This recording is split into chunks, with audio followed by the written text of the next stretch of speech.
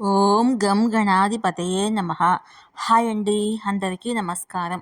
మనం ఈరోజు ఈ వీడియోలో ఇంట్లో సంపద పెరగాలంటే మీరు రాత్రిపూట ఇలా చేయండి, మీ కష్టాలన్నీ తీరిపోతాయి.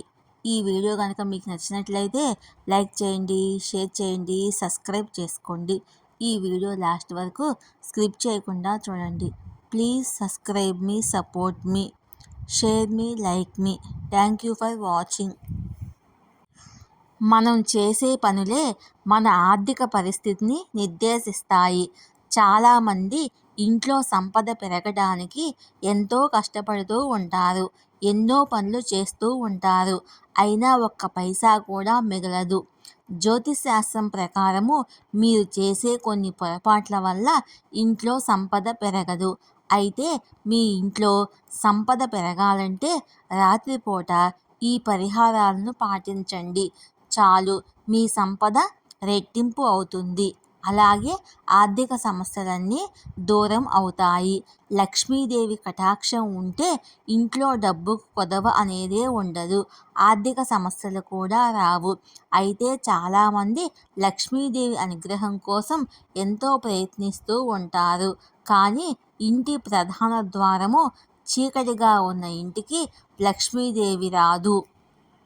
సూర్యాస్తమయం తర్వాత ఇంటి ప్రధాన ద్వారం దగ్గర ఒక దీపాన్ని వెలిగించండి.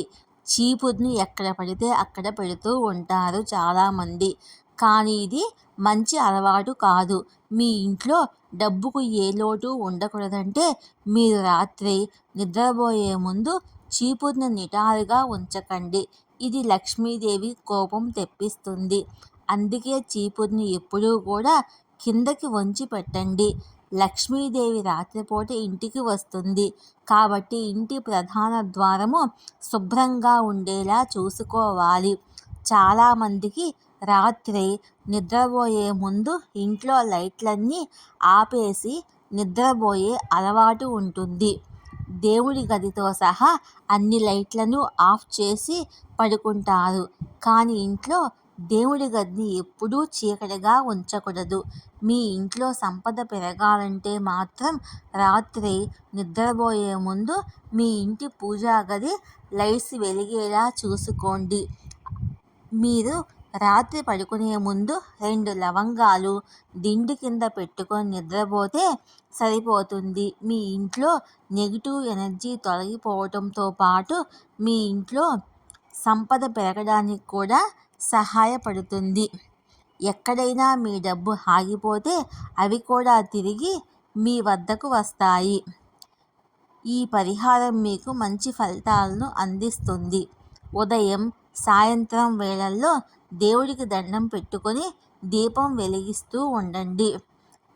చాలామంది అయితే మీరు నిద్రపోవడానికి ముందు పూజ గదిలో చిన్న దీపం వెలిగించాలి.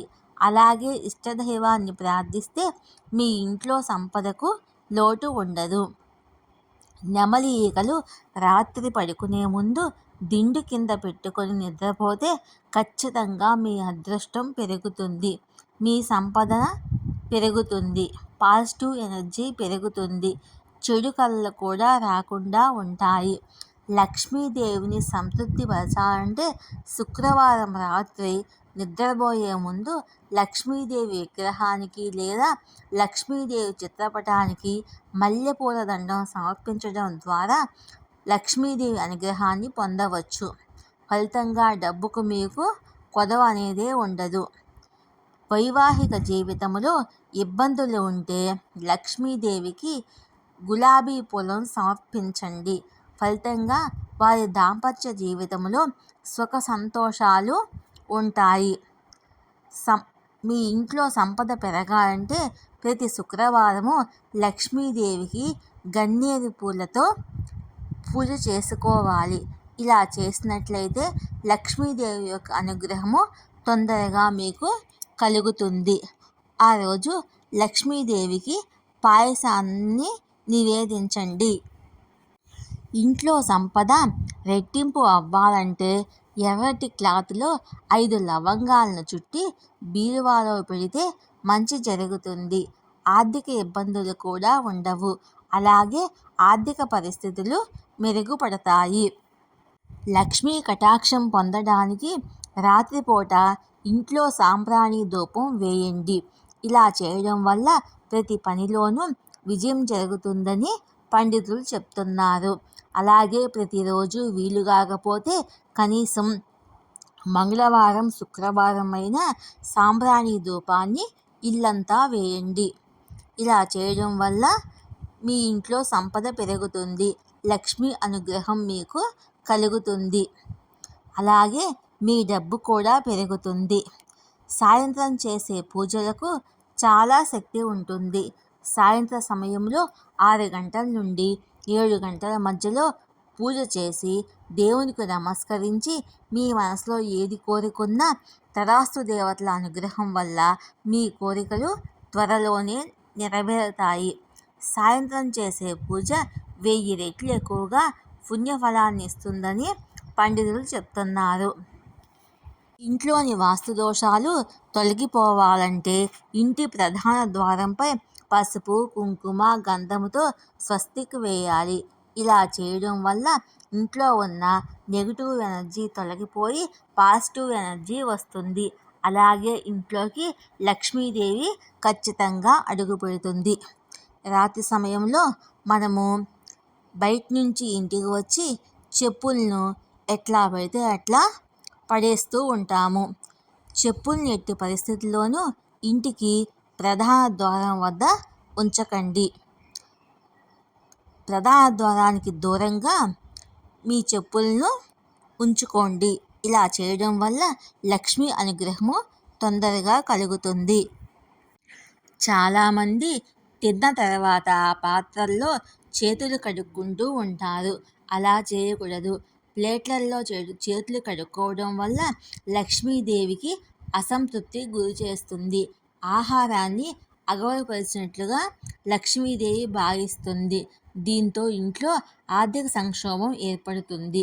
ఇంట్లో దక్షిణం వైపు స్టవ్ని పెట్టి వంట చేయకూడదు. ఉత్తరము లేదా తూర్పు వైపు పెట్టి వంట చేసుకోవాలి. అంటే మీరు వండినప్పుడు మీరు చూపు తూర్పు లేదా ఉత్తరం వైపు ఉండేలా చూసుకోవాలి. ఇలా వంట చేయడం వల్ల కుటుంబ ఆదాయము పెరుగుతుంది.